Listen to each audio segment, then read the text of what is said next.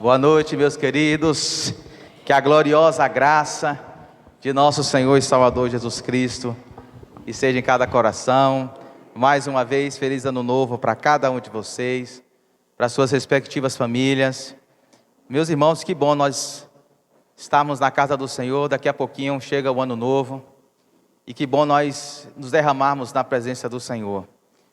Eu costumo dizer que esse momento que a gente entra aqui de forma comunitária, para nos derramar na presença do Deus Todo-Poderoso, o nosso coração é realinhado, meus queridos, a gente depender desse Deus, a gente buscar desse Deus a direção, a força, a sabedoria, o discernimento para a gente continuar. Com certeza você pode ter observado esse ano, um ano de muitas lutas. Viver demanda lutas, demanda desafios, não é simples, não é fácil. Sozinho a gente não consegue. Sozinhos a gente não consegue dar conta de continuar casados. Sozinhos a gente não consegue dar conta de criar filhos. Sozinhos a gente não consegue dar conta das demandas profissionais. Sozinhos a gente não consegue dar conta de gerenciar as nossas vidas. Nós precisamos nos render à presença do Deus Todo-Poderoso.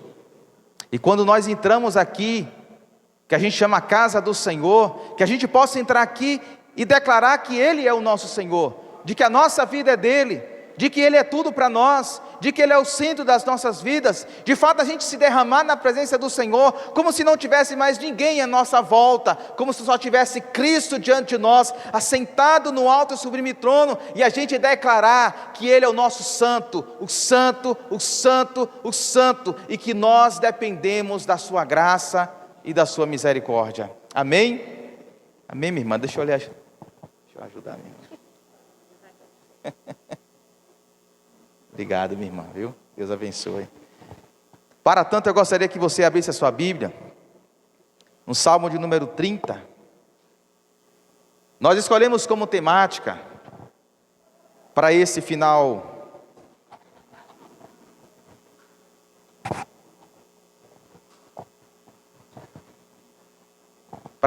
de ano, um tema gratidão. E eu queria meditar com vocês nessa noite num salmo de ação de graças, que é o salmo de número 30. Eu queria ler 2 versículos, os 2 últimos. A gente não vai trabalhar todo o salmo, como a gente costuma fazer. Eu quero ler o verso 11 e o verso 12. Amém? Estou lendo na versão NVI, Salmo de número 30, versos 11 e 12. A palavra do Senhor diz assim para nós: mudar-te o meu pranto em dança, a minha veste de lamento em veste de alegria, para que o meu coração cante louvores a ti e não se cale. Senhor meu Deus, eu te darei graças para sempre. Amém, meus queridos? Meus irmãos, como eu disse, o Salmo 30 é um salmo de ação de graças. Um salmo que, conforme talvez a sua Bíblia traga essa informação, logo no começo do salmo, era um salmo que deveria ser cantado como dedicação do templo. É um salmo de Davi. E quando o templo de Jerusalém fosse dedicado, esse salmo deveria ser uma das canções daquele momento de muita importância, de um momento especial para a vida de Israel. E interessante que os salmos de ação de graça, como o Salmo 30 é um deles, eles expressam alegria diante do Senhor, porque alguma coisa saíra bem, alguma coisa deu certo na vida do salmista, e então ele escreve uma canção para agradecer ao Senhor. Porque as pessoas tinham algum motivo de dar graças, talvez graças pela proteção de Deus, talvez graças pela fidelidade de Deus, talvez graça pela salvação de Deus, talvez graça pela misericórdia, pela graça, pelo benefício de Deus, algum motivo de ação de graças. O povo então cantava salmos de ação de graças para agradecer ao Senhor. Agradecer ao Senhor pelo ano, agradecer ao Senhor pela família, agradecer ao Senhor pelo sustento, agradecer ao Senhor pela providência, agradecer ao Senhor, abrir o coração, abrir os nossos tesouros espirituais para agradecer ao único que é digno do nosso louvor e da nossa adoração. A grande pergunta que a gente pode fazer nesse Salmo de número 30 é: qual é o contexto desse Salmo? Por que levou Davi a escrever o Salmo 30? O que se passou na história desse homem que o conduziu a escrever essa canção tão linda, tão especial?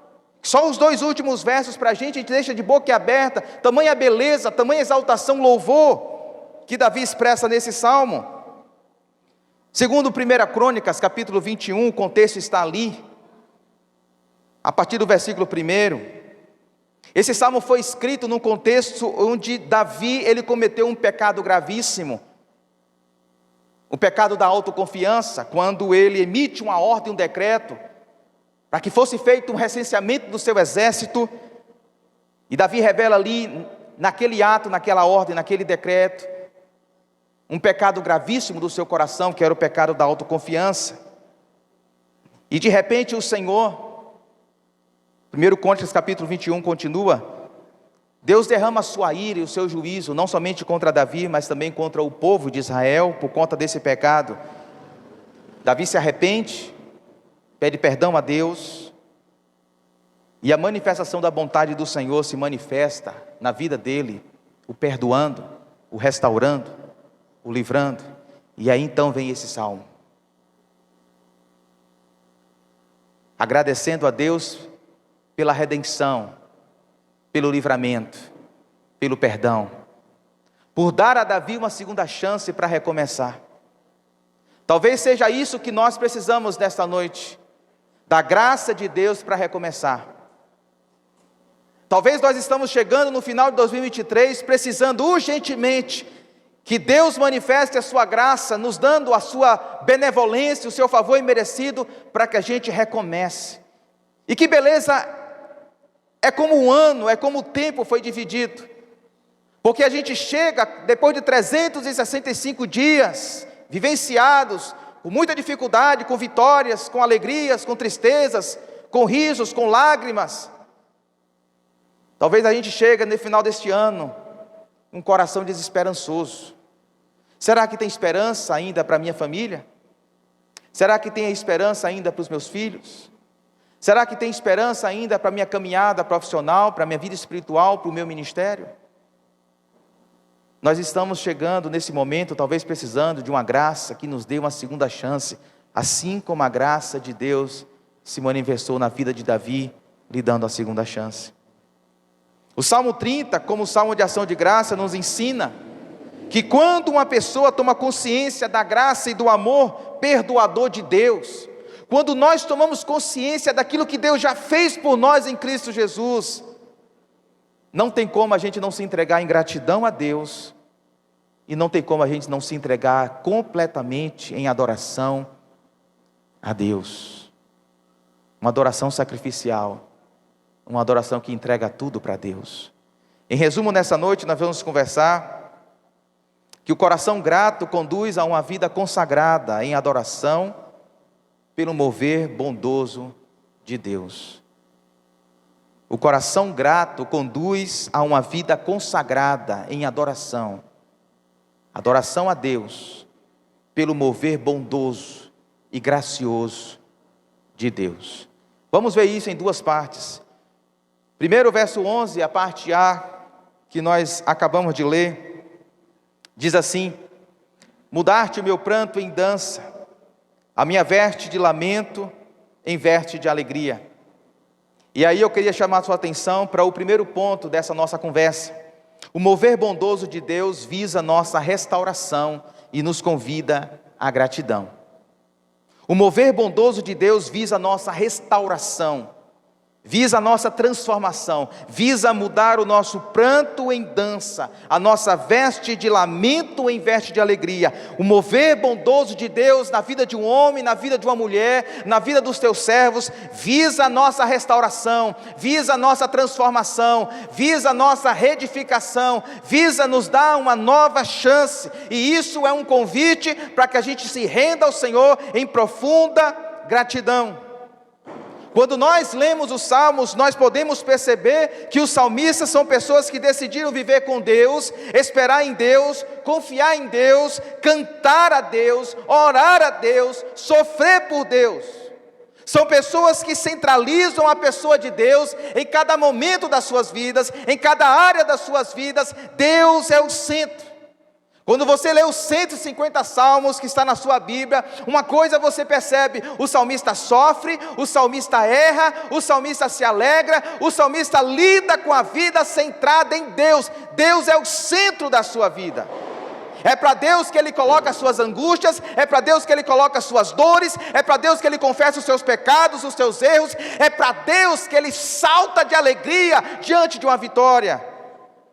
A vida dos salmos nos revela que os salmistas, eles cantam as suas dores, eles oram as suas mazelas, eles louvam ao meio ao caos e desesperos. Os salmistas recusam a viver a vida à parte da pessoa e das obras de Deus. Para o salmista, tudo tem a ver com Deus e seus planos redentores. É Deus no centro, é Deus na história. O salmista canta que atravessou um momento e uma condição terrível. Nós acabamos de ler aqui. O verso de número 11, ele diz: mudar-te o meu pranto em dança, a minha veste de lamento em veste de alegria. Ele está falando de uma transição, de um momento de profunda tristeza, de profunda dor. Se você parar para pensar comigo no Salmo 30, alguns flashes desse Salmo, veja comigo o verso de número 1, diz que tu me reergueste e não deixaste que os meus inimigos se divertissem às minhas costas, ou às minhas custas, melhor dizendo. O salmista aqui já traz para nós uma informação: houve um momento na sua vida em que ele estava prostrado, e que Deus precisou reerguê-lo, restabelecê-lo, e ele louva ao Senhor que não deixou que os seus inimigos zombassem dele diante daquela situação. No verso de número 2, o texto diz: a ti clamei por socorro e me curaste. É como se Davi estivesse passando um momento de profundo perigo. Ele pede socorro para Deus, ele clama por socorro e Deus o cura. É sinal que ele passou por uma doença. Alguma praga o alcançou, alguma enfermidade o alcançou, e ele pede por cura ao Senhor. No verso de número 3, ele diz que essa enfermidade talvez tirou até mesmo a sua esperança da própria vida, porque ele diz: tirar-te-me da sepultura, prestes a descer a cova, devolver-te minha vida. Aquilo que o salmista estava passando, estava sepultando a sua história, sepultando as suas esperanças. Ele diz: tu tiraste-me da sepultura, eu já estava com o pé na cova, e o Senhor me tirou de lá. Eu estava sem esperança nenhuma da minha própria vida, e o Senhor me resgatou de lá. O verso de número 4 diz ainda para nós: pois a sua ira só dura um instante. Há algo que está acontecendo com a vida de Davi, que a ira de Deus está pesando sobre ele. Um pecado que a gente vai ver daqui a pouquinho, estava pesando sobre ele as consequências de Deus, a ira do Senhor, o desprazer do Senhor. Verso de número 4, ele diz: o choro pode persistir uma noite. Uma situação que levou Davi a experimentar o peso da mão de Deus, o peso do juízo, da disciplina de Deus, por causa dos seus pecados. O verso de número 7 diz ainda: quando escondeste a tua face, fiquei aterrorizado. Quando é que Deus esconde a face de um homem e de uma mulher? Como forma de juízo. Virar a face, esconder a face de uma pessoa, é deixar aquela pessoa a sua própria sorte. Você quer viver desse jeito? Então vai. Você quer seguir esse caminho? Então vai. Não existe nada pior, meus irmãos, na vida de um homem e de uma mulher, quando Deus deixa a ele ou ela a sua própria sorte. Quando ele quer tomar caminhos tortuosos, caminhos do seu coração, quando essa ou esse quer seguir apenas as suas vozes interiores, e Deus diz: você quer fazer isso? Então vá. É dessa forma que você quer lidar com a vida? Então vá. Não existe nada pior. E Davi diz: Deus escondeu de mim a sua face, e eu fiquei profundamente aterrorizado. No verso 9 ele diz: se eu morrer, e ele estava com medo da morte, e se eu descer a cova? Que situação é essa que o salmista está passando? Se você ver comigo, eu quero chamar a sua atenção agora para 1 Crônicas, capítulo 21, a partir do verso 1. A gente vai ver o contexto, o que está acontecendo, para que Davi escreva essa canção, com esse tom de desespero, de alguém que está com o pé na cova, sem esperança, sem perspectiva. Segundo o historiador, em 1 Crônicas capítulo 21, a partir do verso 1, e nós acreditamos que foi o nosso irmão Esdras que escreveu 1 Crônicas. O capítulo 21, verso 1 de 1 Crônicas começa dizendo que houve um dia que Satanás levantou-se contra Israel e levou Davi a fazer um recenseamento do povo. Mais especificamente, um recenseamento do seu exército. Davi queria mensurar o seu poderio bélico. Davi ele queria saber quantos soldados estavam à sua disposição, habilitados para a guerra, para se sentir seguro, para se sentir confortável. Joabe, que era o comandante do exército de Davi, dá um conselho para Davi. E diz: não faça isso, Davi. Parece-me que Joabe, ele percebe que ali estava uma armadilha diabólica, que seduz homens e mulheres de Deus, a armadilha da autoconfiança, de viver a sua vida confiando em si, nos seus recursos, nas suas habilidades, no caso de Davi, no seu exército. Então Joabe dá um conselho a Davi, diz: não faça isso, pelo amor de Deus, você vai trazer grandes flagelos para o povo de Israel e para a sua própria vida. Pergunta: Davi escutou os conselhos de Deus por meio de Joabe? Não. Davi tem poder, Davi dá ordem, e Joabe cumpre a sua ordem. Joabe faz as contas. E quando Joabe faz o censo, ele constata que em Israel havia 1.500.000 soldados habilitados para a guerra. Para você ter noção do que isso significa, em números de hoje, se fosse contado nos dias de hoje, a nação de Israel só perderia para o exército da China com 2.600.000 soldados. Estaria à frente, por exemplo, dos Estados Unidos, que só tem 1.100.000 soldados. Estaria em segundo lugar, maior poderio bélico daqueles tempos. Davi tinha muitos soldados. E Davi fez esse censo para se sentir seguro. Seguro não no poder, não nas mãos, não na graça de Deus, mas se sentindo seguro no seu poderio bélico, na força dos seus valentes, na força dos seus homens de batalha. Davi conta o seu exército para saber o seguinte: eu estou ou não estou seguro? E Joabe diz: você está seguro, porque você tem 1.500.000 soldados preparados para a batalha. Não resta dúvida, meus queridos, que isso foi um pecado da autoconfiança.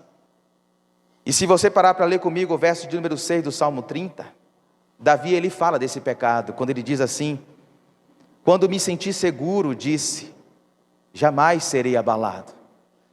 Sabe, quando uma pessoa olha para o que tem, quando uma pessoa se olha no espelho e percebe que tem habilidades, que tem dons, que tem carismas, que tem dinheiro na conta bancária, que tem amizades, que tem habilidades, quando olha para os seus recursos financeiros, e ela se diz: não, eu estou seguro, nada pode me abater, Nada pode me abalar, eu sou jovem, eu sou bonito, eu sou bonita, eu sou forte, eu tenho vigor, eu tenho saúde, eu tenho dinheiro na conta bancária, eu posso ir e vir para onde eu quiser, nada pode me abater. É o perigo da autoconfiança que está seduzindo o coração desse homem, e diz o texto de Crônicas que foi Satanás que colocou isso nele. Foi uma tentação do próprio diabo e que ele não se percebeu, e ele entra nessa ciranda da autoconfiança, e ele clama no verso 30, ele revela no verso 30 aquilo que estava no coração dele. Quando me senti seguro, disse: jamais serei abalado. E isso, meus amados e queridos irmãos, foi um pecado gravíssimo contra Deus, pois Davi está depositando a sua confiança e seu senso de segurança não no poder de Deus, não na graça de Deus, mas no poder do seu exército, nos homens que estavam sob o comando. Esse é um pecado que ainda seduz homens e mulheres dos nossos dias, de a gente viver ano após ano, declarando, talvez, quem sabe, com os lábios, que a nossa confiança está no Senhor, que o nosso fundamento é o Senhor, que o nosso descanso está no Senhor, mas diante das urdiduras da vida, das escolhas, das decisões, dos caminhos que são traçados diante de nós, das escolhas que fazemos elas confiando em nós, fazendo elas confiando nos nossos recursos, e isso foi um pecado gravíssimo. E Deus, Ele levanta um profeta para repreender Davi. O texto de 1 Crônicas, capítulo 21, verso 7, diz que essa ordem foi reprovada por Deus, e por isso Ele puniu Israel. E o próprio Davi, logo após o verso de número 8, em 1 Crônicas 21, diz: pequei gravemente com o que fiz, agora te imploro que perdoes o pecado do teu servo, porque cometi uma grande loucura. É loucura confiar em si mesmo, é loucura confiar nas suas próprias habilidades, é loucura confiar no seu exército, é loucura se sentir seguro pelo que é e pelo que tem, e não pelo que Deus é diante de nós. E aí Deus levanta um homem chamado Gade, um profeta, e diz para Davi: olha, o que você fez foi pecado, e um pecado gravíssimo, e eu não vou deixar passar. Eu vou te dar 3 opções, Davi. Você vai escolher quais punições você vai escolher. Em primeiro lugar, eu te ofereço que você passe 3 anos de fome. Em segundo lugar, 3 meses fugindo dos seus inimigos, da espada dos seus inimigos. Ou talvez, quem sabe, você possa escolher 3 dias de praga. Eu vou mandar um anjo que vai assolar todas as regiões de Israel. O que você escolhe? Você quer cair pela fome? Você quer cair pela guerra? Ou você quer cair pela doença do anjo do Senhor que eu vou enviar? E Davi então responde no verso de número 13: é grande a minha angústia. 1 Crônicas 21, 13. Prefiro cair nas mãos do Senhor, pois é grande a sua misericórdia, a cair nas mãos dos homens. Com isso, meus irmãos, 70.000 homens morreram num só dia, por conta do pecado da autoconfiança de Davi. Um homem que é segundo o coração de Deus, mas em algum momento da sua história, ele confiou mais em si do que em Deus. Ele achou que o seu exército, que o seu poderio bélico, que os seus soldados poderia trazer ao seu coração aquilo que somente Deus pode fazer na vida de um homem, na vida de uma mulher. E antes que a gente passe a julgar Davi e dizer: olha, não era o homem segundo o coração de Deus e fez uma burrada dessa, antes que a gente passe a julgá-lo e a condená-lo, eu convido a cada um de nós a olhar para o nosso coração com muita humildade e percebermos para as nossas vidas, para o nosso coração, Se não existem momentos na nossa caminhada, em áreas da nossa vida, que nós depositamos toda a nossa confiança, que se a gente achar, se eu perder isso, eu vou perder a minha própria vida, se isso aqui não acontecer na minha vida, a minha vida será uma desgraça. Eu preciso disso, eu preciso dessa realidade, eu preciso dessa conquista, eu preciso dessa bênção, eu preciso que essa porta se abra na minha vida, eu preciso dessa realidade para me sentir seguro, para me sentir confortável, para me sentir bem. E toda vez que a gente confia, não em Deus, mas nessas coisas, a gente colhe os frutos do pecado, como colheu Davi. É como, por exemplo, meus amados, uma jovem ou um jovem que fecha os seus ouvidos para a voz de Deus, confiando na sua própria capacidade de resistir à tentação sexual. Não, nada vai me acontecer, eu sei me controlar, o meu namoro é seguro. E mesmo ouvindo o conselho dos pais, da mãe, do seu pastor, tem seus sonhos acadêmicos e profissionais interrompidos com a chegada de um bebê não esperado, porque decidiu antecipar o ato sexual ao casamento. É quando uma família atravessa problemas financeiros seríssimos, não porque o Senhor não lhes concede recursos suficientes. E isso tem sido cada vez mais claro para mim enquanto pastor, quando eu converso com pessoas que passam problemas financeiros. Eu percebo que não é porque Deus não tem dado os recursos, mas porque essas pessoas não conseguem ouvir a voz da sabedoria de Deus e começarem a realizar um planejamento financeiro, começarem a lidar com o dinheiro lidam com o dinheiro de forma negligente, às vezes gastando mais do que devia, contraindo débitos, comprometendo a família.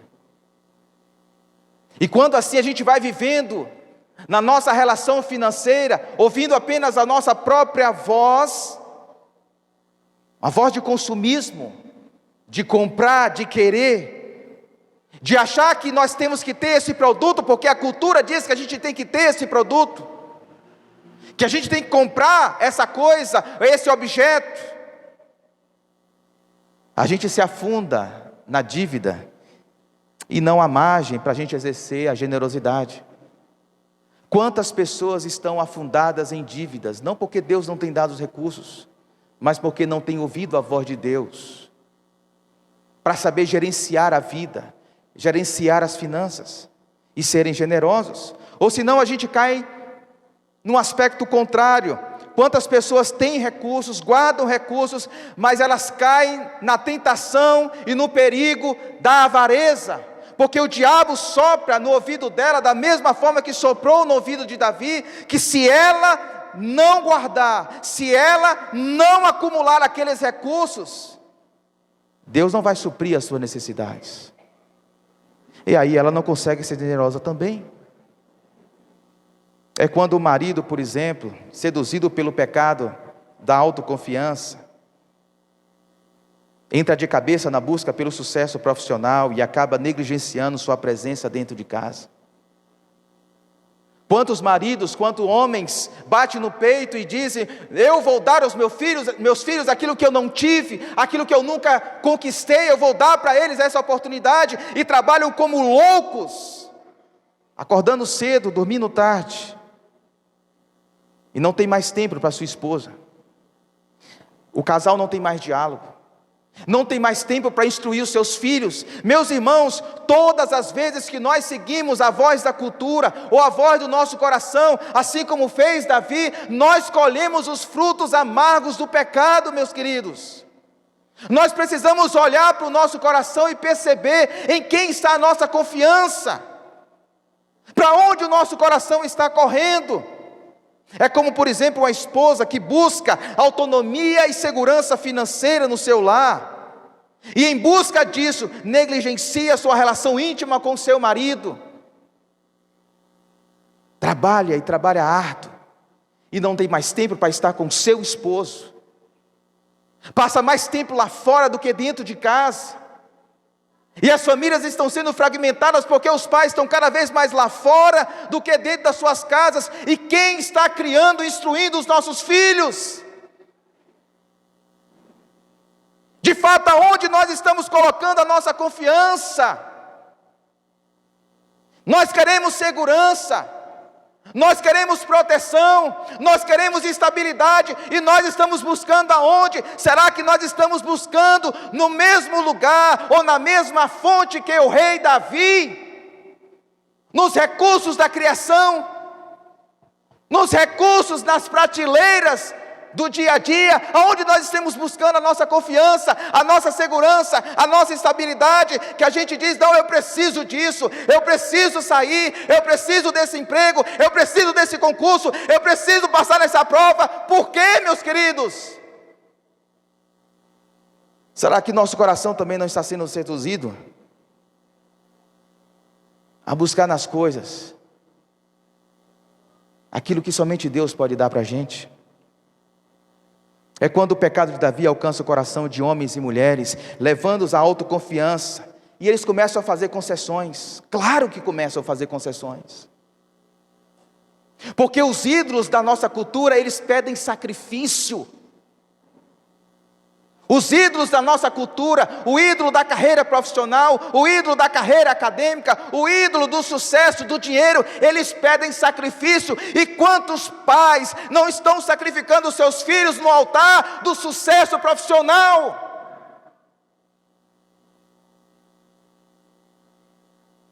Quantos filhos estão sendo criados por avós? Eu não tenho nada contra isso, uma avó dá uma ajuda, mas quantos filhos estão sendo criados por avós, por tias, por profissionais da educação, porque nós estamos correndo como louco atrás das coisas, afirmando que a gente precisa ter, que a gente precisa conquistar, porque a gente tem que ter segurança, tem que ter dinheiro no bolso, porque a gente precisa comprar, a gente precisa consumir. Aonde está a nossa confiança? Será que assim como Davi, a nossa confiança também não está nos nossos homens, no nosso exército? Aonde está a nossa confiança? No entanto, mesmo quando nós cometemos essas burradas, meus irmãos, e nós cometemos várias vezes, mesmo quando nós falhamos, e nós falhamos várias vezes, em depositar nas coisas a nossa confiança, assim como fez Davi, a graça de Deus sempre está ao alcance de homens e mulheres que se rendem ao Senhor. Porque é isso que Davi diz: mudaste o meu pranto em dança, a minha veste de lamento em veste de alegria. Deus tem o poder de nos perdoar, Deus tem o poder de nos restaurar. Quando um homem e uma mulher se arrepende, abre o seu coração, abre a sua mente, abre a sua alma em arrependimento, em contrição, em quebrantamento, e se lança aos pés do Deus Todo-Poderoso, assim como fez Davi, reconhecendo as suas mazelas, reconhecendo a sua dependência dessas coisas, e busca a dependência, a graça, a misericórdia somente no Deus Todo-Poderoso. A graça do Senhor nos reveste, meus irmãos, e muda a nossa veste de lamento em veste de alegria. Louvado seja o nome do Senhor. Deus pode fazer isso, e Ele faz. O Salmo de número 30 é recheado da exaltação de Davi pela bondade do Senhor. O verso de número 1 ele diz: tu me reergueste. O verso de número 2 ele diz: tu me curaste. O verso de número 3 ele diz: tiraste-me da sepultura, devolveste minha vida. O verso de número 7 ele diz: Senhor, com teu favor deste-me firmeza e estabilidade. Davi reconhece que a firmeza e a estabilidade não está no seu exército, não está no seu poderio bélico, não está nos seus soldados. A sua firmeza e a sua estabilidade está em Deus. Louvado seja o Senhor. A sua confiança, a minha confiança tem que estar em Deus. A nossa dependência tem que estar em Deus. Eu tenho que depender de Deus em todas as áreas. Eu tenho que confiar em Deus, porque se tem uma área que o diabo vai atacar você todos os dias, seja no ano 2023, seja no ano que está chegando, é duvidar do cuidado e do amor de Deus. Mas quando a gente confia no Senhor, e a gente se entrega a Ele, Ele, pelo seu favor, nos dá firmeza e estabilidade. E Ele é o Deus que muda o nosso pranto em dança. A nossa veste de lamento em veste de alegria. É porque Davi concebe a graça de Deus, meus irmãos, que ele escreve o verso de número 12. Finalzinho do verso de número 12, ele diz: eu te darei graças para sempre. Quando nós olhamos para trás, para as nossas vidas, eu tenho certeza que você pode identificar inúmeros pontos da graça de Deus na sua história. Momentos em que você falou, não tem mais saída, não tem jeito, não tem solução, e de repente Deus transforma e muda o nosso pranto em dança. Ele enxuga as nossas lágrimas, Ele nos dá uma nova chance. A sua graça se revelou em nós de forma maiúscula naquela cruz, quando estávamos perdidos em nossos delitos, em nossos pecados, e de repente a graça de Deus tomou forma de homem e assumiu naquela cruz os nossos erros e nos deu vida. Quando a gente ganha consciência, meus amados, da graça de Deus, a gente rompe em gratidão. A gente agradece ao Senhor, a gente confia no Senhor, a gente depende do amor do Senhor. Às vezes podem faltar vitórias, humanamente falando, às vezes podem faltar, recursos financeiros, às vezes pode faltar a saúde, às vezes pode faltar aquele sucesso na carreira profissional ou acadêmica, mas em Cristo Jesus, diz o apóstolo Paulo, Efésios capítulo 1, verso 3, que nós já somos as pessoas mais abençoadas da história. Bendito Deus e Pai, diz Paulo, de nosso Senhor e Salvador Jesus Cristo, que tem nos abençoado com toda a sorte de bênçãos. Você é a pessoa mais abençoada da história.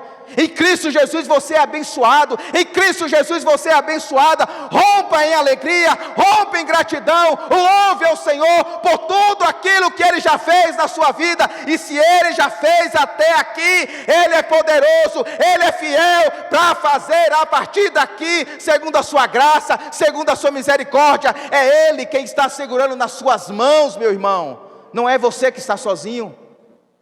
Não é o seu exército, não são as suas conquistas. Você acha que você está seguro por ter um concurso público? Você acha que tem segurança porque você está cursando o curso universitário que você sempre sonhou? Você acha que você tem segurança porque você tem uma bela de uma casa? A despensa está cheia? A nossa, a sua, a minha segurança está nas mãos do Deus Todo-Poderoso. E por isso Davi, ele louva e diz, verso de número 12, eu te darei graças para sempre. Mas em segundo lugar, quando um homem e uma mulher tomam consciência da graça de Deus e rompem gratidão, essa gratidão lhe conduz à rendição, à adoração. O mover bondoso de Deus visa a nossa rendição. Não tem como você ter consciência da graça de Deus e continuar em pé como um poste. Quando o homem realmente, quando uma mulher realmente tem consciência da graça de Deus, ele se prostra em adoração. É isso que Davi diz no verso de número 12. Para que o meu coração cante louvores a ti e não se cale. Senhor meu Deus, eu te darei graças para sempre. O verso de número 11 está dizendo com todas as letras que Deus havia mudado o pranto de Davi em dança, trocado as vestes de luto, de lamento em veste de alegria. Para quê?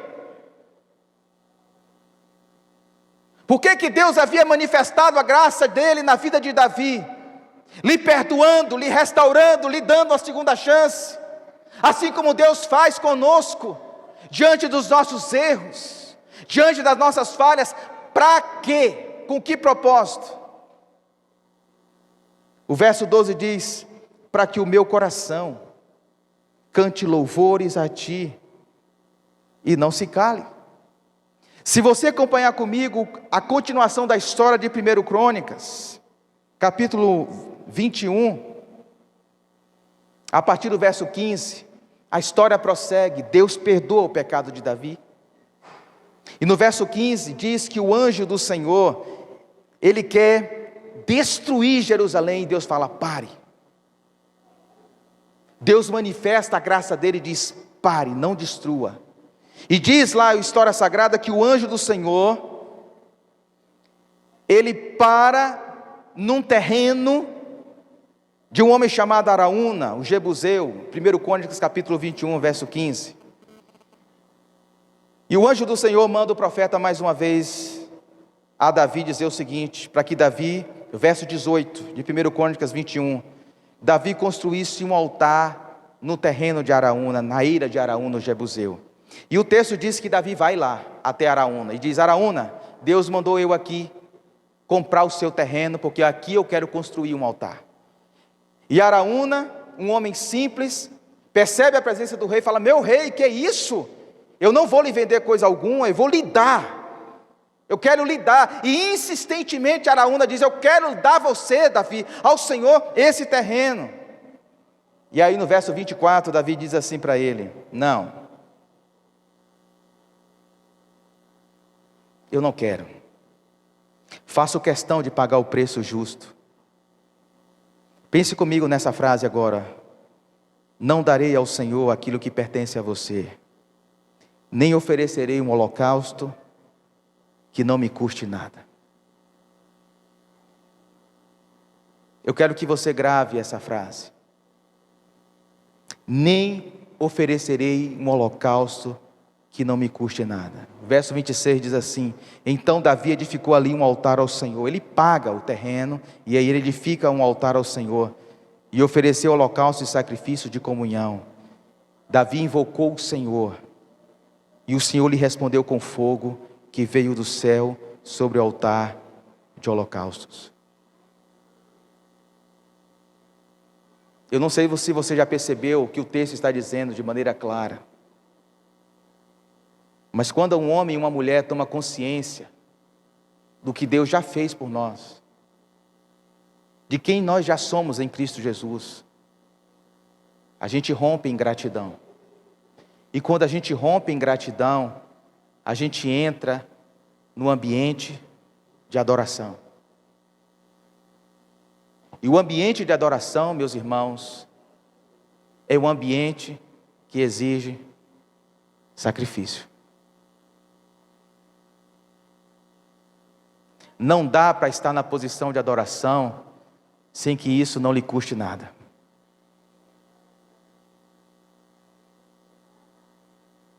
Não dá para estar na posição de adoração sem que isso não exija de você uma entrega, um sacrifício, uma renúncia, uma morte. Não dá para estar na posição de adoração sem que nós não morremos para nós mesmos. Não dá para estar na dimensão da adoração sem que o preço seja pago. E nós, quando olhamos para a história da salvação, nós entendemos que na cruz de Cristo, Deus fez um grande altar. E naquela cruz, Deus não colocou animais, nem ovelhas, nem bodes. Deus colocou a Ele mesmo na pessoa do seu Filho Jesus Cristo. Ele mesmo se oferece a Ele mesmo, pelos nossos erros, pelos nossos pecados, pelo nosso espírito de autoconfiança, pela nossa vaidade, pelo nosso orgulho, pela nossa prepotência. Deus se entrega pelas besteiras que a gente fez no passado. Ele faz daquela cruz um grande altar de sacrifício, e Ele entrega o seu Filho Jesus Cristo para reconstruir o caminho da adoração, para nos levar de volta para o caminho que a gente nunca deveria ter saído em Adão, que é o caminho de adoração ao Senhor, que é o caminho que a gente entrega tudo, que é o caminho que a gente fala como Davi: eu não vou oferecer um holocausto que não me custe nada. Não dá para estar diante desse Deus glorioso, que se entregou por nós, que morreu por nós, e requer de nós uma mesma resposta, porque se Ele morreu por nós, se aqueles que estão em Cristo devem morrer também para si mesmos e viver para a glória de Deus. Esse é o ambiente da adoração, essa é a consequência de entender a gratidão pelo que Deus fez, é estar no momento, no ambiente de adoração, e no ambiente de adoração, Jesus fala para mim e para você: rogo pelas misericórdias de Deus, que se ofereçam em sacrifício santo, vivo, santo e agradável a Deus. Rogo-vos pelas misericórdias de Deus, por causa das misericórdias de Deus, por causa que você é em Cristo Jesus. Paulo está dizendo: rogo-vos pelas misericórdias de Deus, que se ofereçam em sacrifício vivo, santo e agradável ao Senhor. Se você não está disposto a morrer, você não está preparado para viver. Estar diante de Deus em adoração é estar preparado para morrer dia após dia e cantar louvores ao Senhor e adorar ao Senhor. Enquanto o nosso coração se apegar a essas coisas aqui, enquanto a gente fala assim: não, Senhor, eu quero te adorar, mas essa realidade aqui, não, deixa que eu cuido, deixa eu me agarrar a ela, não tira isso de mim, Senhor. É isso que eu me apego, essa é a muleta que eu sustento. Se o Senhor tirar a minha profissão, meu Deus, eu vou se desmanchar. Se o Senhor tirar o dinheiro da minha vida, a minha vida vai acabar. Se o Senhor acabar com a minha carreira profissional, se o Senhor tirar a minha beleza, a minha saúde, a minha vida não vai ser a mesma. Se o Senhor tirar os meus filhos, meu Deus, eu vou entrar num poço de depressão. Se o Senhor acabar com o meu casamento, a minha vida não vai ser mais a mesma. Jesus está dizendo: se você entender o que eu fiz por você naquela cruz, entrega tudo para mim. Porque não dá para oferecer holocausto ao Senhor, uma oferta ao Senhor, sem que isso lhe custe nada. Porque para você entrar na esfera da adoração, custou tudo para Deus. Custou tudo para Deus.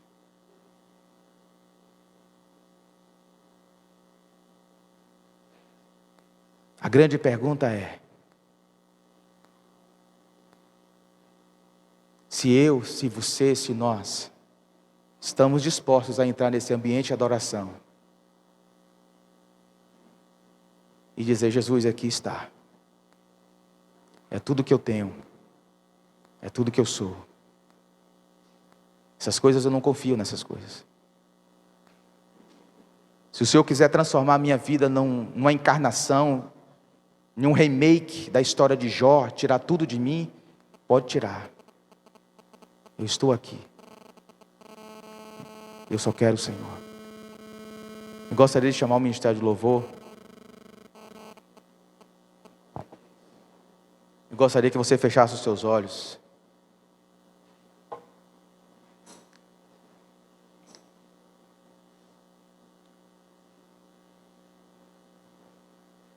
E você pensasse seriamente sobre isso. Talvez existam algumas realidades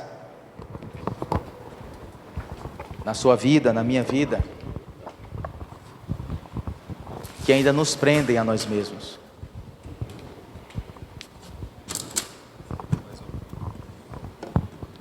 Eu gostaria que você fechasse os seus olhos. Senhor Deus bendito, nós queremos apresentar ao Senhor as nossas vidas e pedir ao Senhor que nos ajude a entender quem nós somos em Cristo Jesus, que o Senhor já fez por nós naquela cruz, e no poder do Teu Espírito Santo, Senhor, nos ajude a entrar nesse ambiente de adoração. Nós vamos retomar agora e nós queremos entregar tudo para o Senhor. Em nome de Cristo Jesus. Amém.